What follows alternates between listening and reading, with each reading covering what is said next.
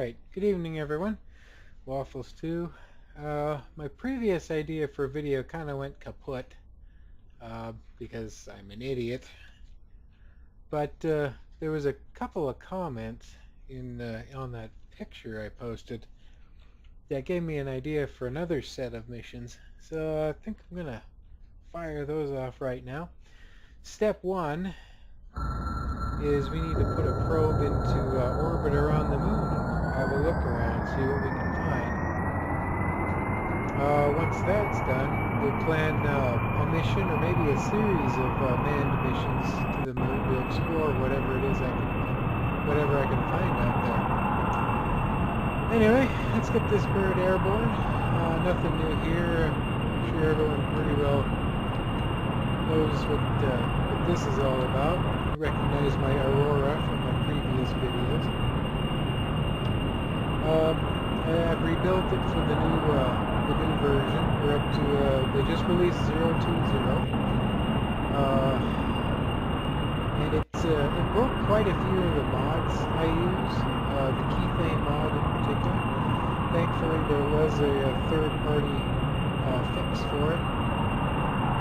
So that's back on track. So that might turn into a series in and of itself as I send forth my Kerbals to conquer the galaxy and dig from it the fuel they need to progress. Well, first things first, I'm going to try to find a few things. Now, one thing, I'm a little curious to see how the Aurora is going to handle. It sounds like they tweaked the turbojet engines a little bit. They're actually more powerful, but at higher altitudes. Down low here, we're generating about 120 kilonewtons of thrust each. But from what I read on the wiki, that'll peak out at around 220 to 250 kilonewtons apiece, which is quite a jump. So I'm a little curious to see how our high altitude performance is going to fare. Also, I need to apologize. I misspoke when I was talking about the performance of the Aerospike engine. It actually generates 175 kilonewtons of thrust, not 50. I think I must have gotten cross-eyed when I was reading the tables and crossed it with the LV909. But all the engines in the Kerbal Space Program are kind of a three-way trade-off between power, control, and efficiency. For example, the LV-30 and the LV-45. The LV-30 masses 1.25 tons and generates 215 kilonewtons of thrust, but has no thrust vectoring capability. The LV-45, on the other hand, weighs 1.5 tons, only generates 200 kilonewtons of thrust, but it has a gimbal and nozzle, which gives you greater control over the spacecraft. Both the LV-45 and 30 have the same specific impulse rating. One's as efficient as the other.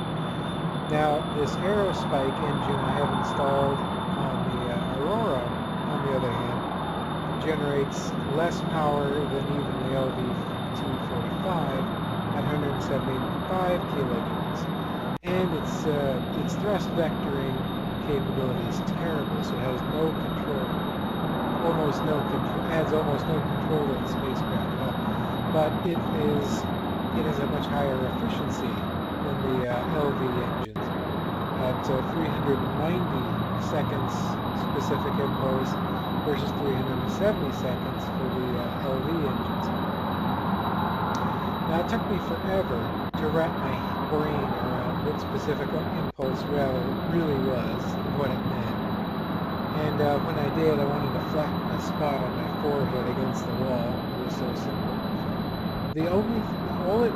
All specific impulse means, is you take the exhaust velocity of the engine, of the exhaust stream, and divide it by the Earth's force of gravity at sea level, or turbines' force of gravity, acceleration of gravity at sea level.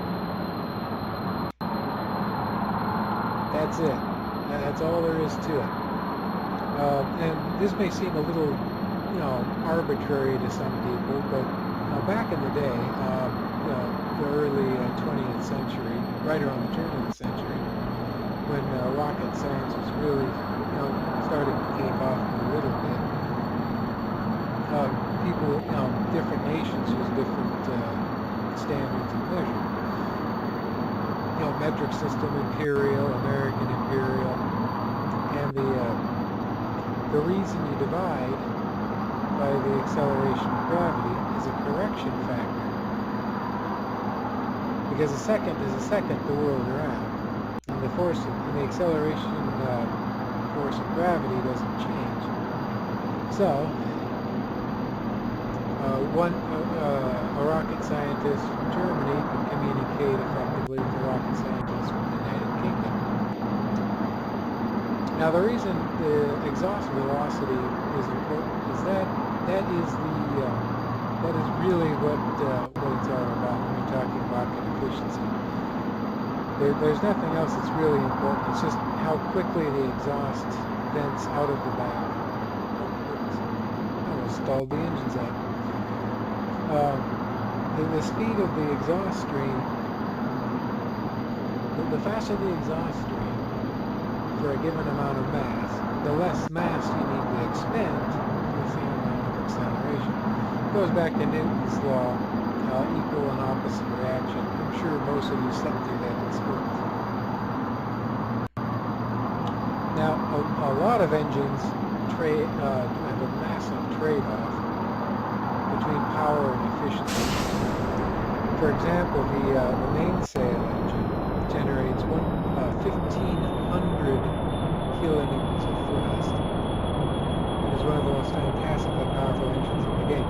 But it has just about the worst fuel efficiency at a mere 330 seconds. And in a vacuum, it's even worse down in an atmosphere. Whereas the second most efficient engine in the game is the nuclear engine, rated at 800 seconds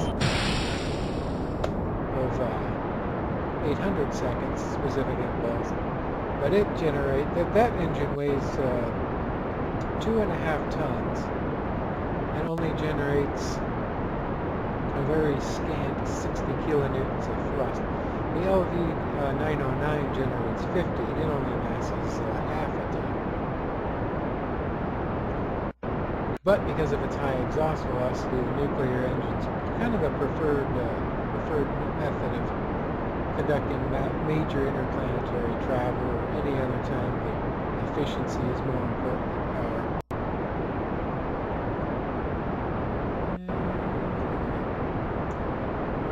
Kick it up to around 2.5 kilometers per second, and then we'll circularize the orbit and let the probe go.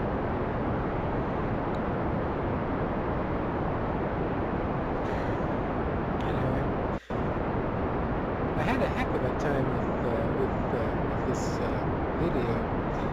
Ran into a problem. I made a boneheaded mistake when I rebuilt the Aurora. And the turbo engines were out of line with the rest of the plane. So I'd fly normally, and I balanced the whole plane around it. So it would fly normally, and it would fly beautifully as long as the turbojets were running. As soon as I shut them down, the thing would flip end over end in a horrible cartwheel. It took me forever to figure out that I had the engines out of line.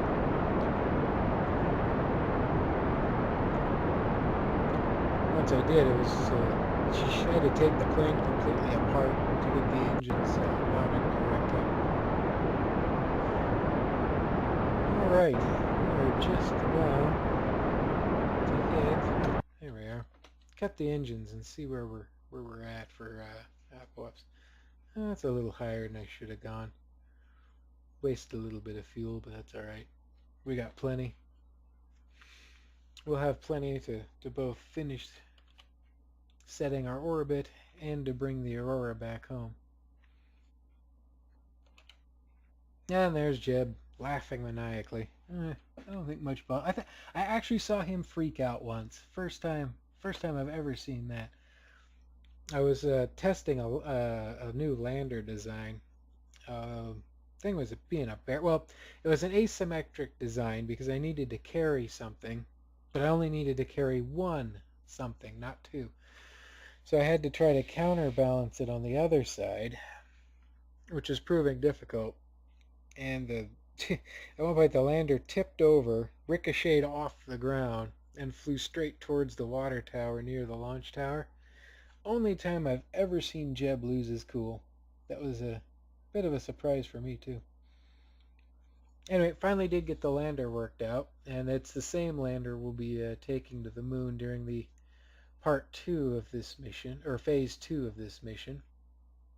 Once we've found something worth going to go see.